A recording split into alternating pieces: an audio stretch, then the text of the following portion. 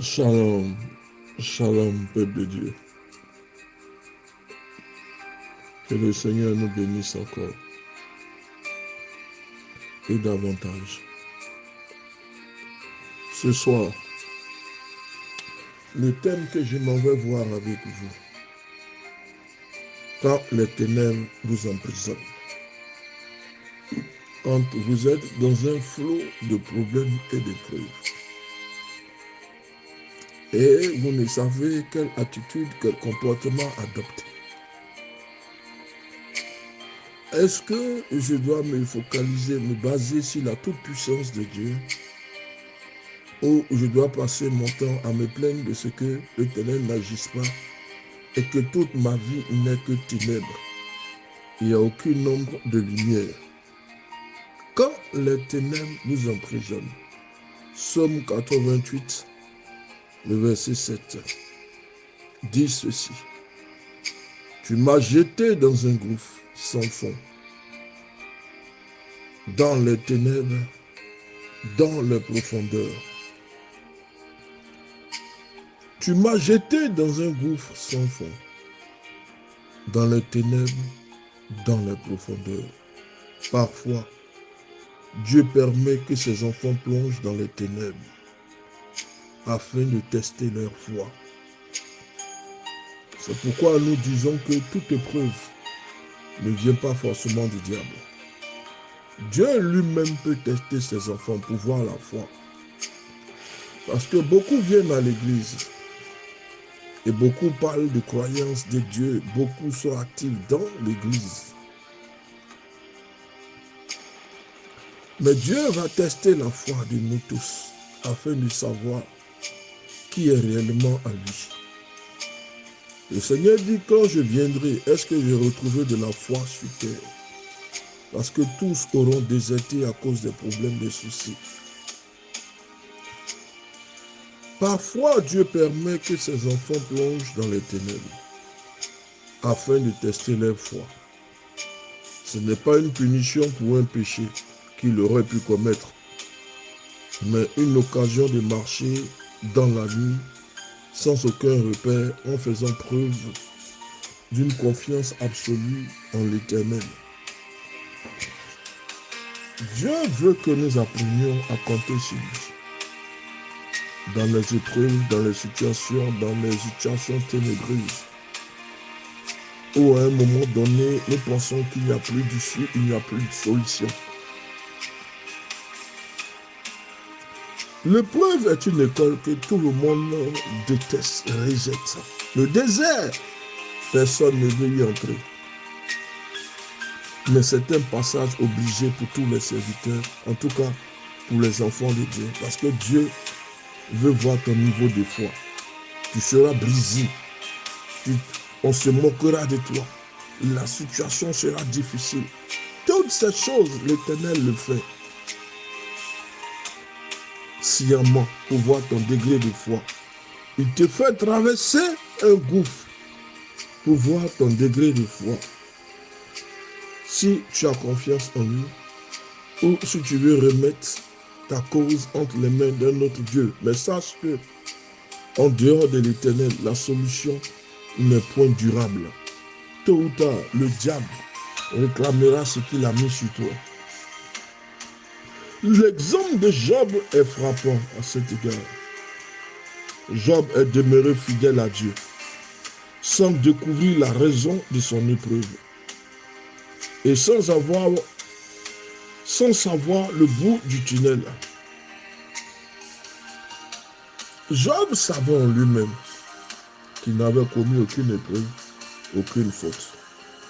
Mais il ne savait pas ce pourquoi il souffrait. Sa souffrance a été terrible. Il a perdu ses enfants. Il a perdu sa richesse. Il a perdu sa femme. Il était dans une situation de désespérance à un niveau tel que il a commencé à se poser des questions. Et ses amis venus autour de lui ont commencé à semer le doute dans l'esprit de Job. Job, si tu es affligé à un tel niveau, n'as-tu pas commis un péché? Job lui-même voulait savoir l'origine de son péché. Pourquoi il est dans une situation telle? Mais c'est un test, frère. Dieu ne peut pas t'élever sans t'avoir éprouvé. Il veut voir s'il peut te faire confiance. Job n'avait rien commis comme faute, comme erreur. Mais c'était Satan, l'accusateur de nos frères, qui est à l'origine de la souffrance de Job, faisant croire au Seigneur que c'est parce que Job est riche qu'il adore. Mais si Job est dépourvu de tous ses biens, on verra son degré de dévotion et de foi. Mais malgré la situation dans laquelle Job s'est retrouvé, il n'a jamais renié son Dieu. Et ce sont ces hommes de personnes que l'Éternel recherche, des véritables leaders, des leaders charismatiques, pas des gens qui pleurent à chaque épreuve, mais des gens qui cherchent l'origine de l'épreuve pour briser cette épreuve-là. C'était le cas aussi avec Ézéchias. Lorsqu'après 14 années de service au ministère, 14 années de dévotion au service du Seigneur, voilà qu'une épreuve vient. On ne sait pas d'où elle sort. Mais Ézéchias s'est mis en jeûne et prière afin que l'Éternel lui vienne en aide. Et l'Éternel dit alors, ce que tu vois, tes ennemis qui sont venus t'attaquer, demain à ton réveil, tu ne les reverras plus. Ils auront tous disparu. Comme le psalmiste l'a exprimé, nous nous sentons tombés dans un gouffre sans fond, absence de toute lumière. Nous ne voyons pas la fin de l'épreuve. Aucune lumière n'indique la sortie du tunnel. Mais Dieu voit à travers les ténèbres. Dans les ténèbres, l'Éternel t'indiquera la sortie. Dans les ténèbres, le Seigneur te montrera la sortie, la voie à suivre, le chemin à emprunter. Nous sommes dans un gouffre. Nous sommes dans une prison. Nous sommes envahis de ténèbres d'épreuves. Tous se moquent, tous nous ont rejetés. Nous sommes retrouvés dans la caverne d'Adullam, là où était David. Vous ne pouvez pas grimper si vous n'allez pas au bas de l'échelle. Si vous sautez du premier palier au 7e, vous allez vous casser les dents. C'est du fond que l'Éternel va faire jaillir ta bénédiction, comme du fond que l'eau jaillit. C'est de cette manière l'Éternel te fera paraître. Dieu te met dans une épreuve. Cette épreuve ne vient pas d'un homme, ni d'un sorcier, ni des démons. Mais c'est Dieu qui veut savoir s'il peut avoir confiance en toi, si tu es réellement son enfant. Parce qu'un enfant de Dieu ne rejette pas l'épreuve. Au contraire, il cherche un moyen de s'en sortir. Or, lorsque nous sommes dans l'épreuve, la seule voie de sortie, c'est d'accrocher à la robe de Jésus de Nazareth. C'est pourquoi nous disons que Dieu voit dans les ténèbres. Il sait dans les ténèbres le chemin que tu dois emprunter. Il fera paraître une lumière quand il veut te sortir de la prison. Et cette lumière va indiquer la voie que tu dois emprunter pour sortir. L'Éternel est le chemin, la vérité et la vie. Dieu voit à travers les ténèbres. J'ai dit, au moins que les ténèbres m'engloutissent, que la lumière autour de moi soit la nuit. Même les ténèbres ne sont pas ténébreuses pour moi. Et la nuit devient lumineuse comme le jour.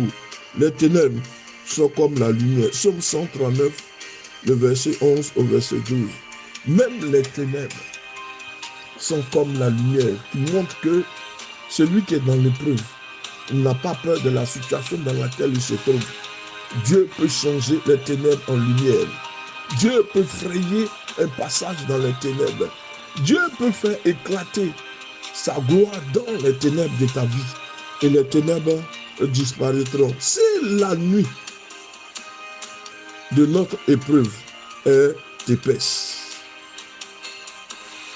et sans le moindre filet de lumière, souvenons-nous que l'Éternel ne peut pas nous lâcher, il ne peut pas nous abandonner. Souviens-toi de la parole qui dit, je suis avec toi tous les jours jusqu'à la fin du monde. Il a dit au Père, je ne te dis pas de les enlever du monde, mais de les préserver du monde.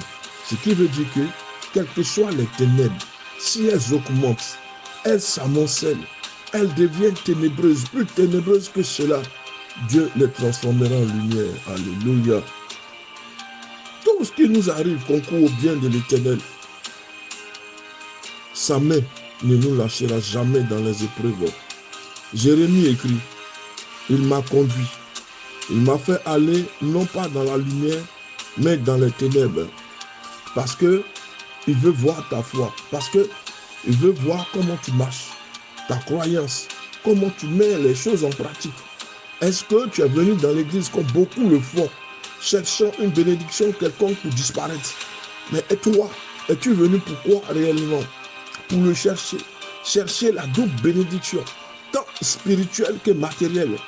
Dieu cherche ces hommes et ces femmes-là. Ces hommes et ces femmes. Dieu nous conduit dans les ténèbres. Dans le psaume 88, verset 7, il nous conduit dans le gouffre. Dans le livre de Lamentation 2, Lamentation 3, la Bible dit encore, il tient ma main, il me conduit non pas dans la lumière, mais dans les ténèbres. L'important, c'est qu'il soit toujours là. Même si nous ne le voyons pas, nous devons être prêts à naviguer sur le chemin que l'Éternel a tracé pour nous. Nous devons être prêts à marcher sur ce terrain-là. John Bloom dit ceci. Il établit une analogie entre une navigation à l'aveugle et la situation d'un pilote d'avion qui traverse une mer de nuages sombres, une mer de nuages dense. Il ne peut même plus diriger son avion en se fiant à sa vue. Le pilote doit piloter en s'appuyant seulement sur ses instructions. Il ne peut pas faire autre chose que cela. Il doit faire confiance à ses instruments. Mais à la différence entre Dieu et les instruments d'un avion, c'est que l'Éternel est fiable. Or, les instruments d'un avion peuvent se mettre à craquer d'un moment à l'autre, peuvent tomber en panne en plein vol, peuvent nous lâcher en plein vol. Mais l'Éternel tient toujours notre main. L'Éternel marche avec nous. Même s'il nous conduit dans les ténèbres, il trouvera toujours un chemin pour nous en sortir. La seule chose qu'il nous demande, c'est d'avoir foi en lui. Quand les ténèbres vous emprisonnent, entre les mains de qui vous déposez votre foi, votre confiance. Le pilote, lui, doit faire confiance à ses instruments. Il n'a pas le choix. La différence entre Dieu et les instruments d'un avion, c'est que Dieu est fiable. Dieu ne se trompe jamais. Tandis que les instruments sont susceptibles de tomber en panne. Ne soyez donc pas pris au dépourvu. Lorsque les ténèbres se persistent autour de nous, l'expérience peut s'avérer difficile, c'est vrai, difficile à gérer, mais notre foi doit dominer nos sentiments. La peur, l'abandon, le rejet, notre foi doit dominer tous les sentiments. Alors c'est ainsi que nous pouvons écouter et nous pouvons affirmer comme Pierre, disant ceci. Ne trouvez pas étrange d'être dans la fournaise de l'épreuve, comme s'il vous arrivait quelque chose d'anormal, parce que c'est Dieu qui nous conduit dans cette fournaise. Quelle attitude adopter dans ce cas? Faire confiance en Dieu ou désespérer, se lamenter. La seule chose que le chrétien doit comprendre, c'est qu'à un moment donné, les tests, les épreuves vont jalonner la vie d'un enfant de Dieu. C'est à l'enfant de Dieu de comprendre sa manière de sortir de l'épreuve. Va-t-il faire confiance totalement à l'Éternel ou il va se mettre à se lamenter ou à pleurer? Pour notre cas, nous disons, quelle que soit l'épreuve, quelles que soient les ténèbres qui nous envahissent, notre confiance demeure en l'Éternel. Que Dieu nous bénisse.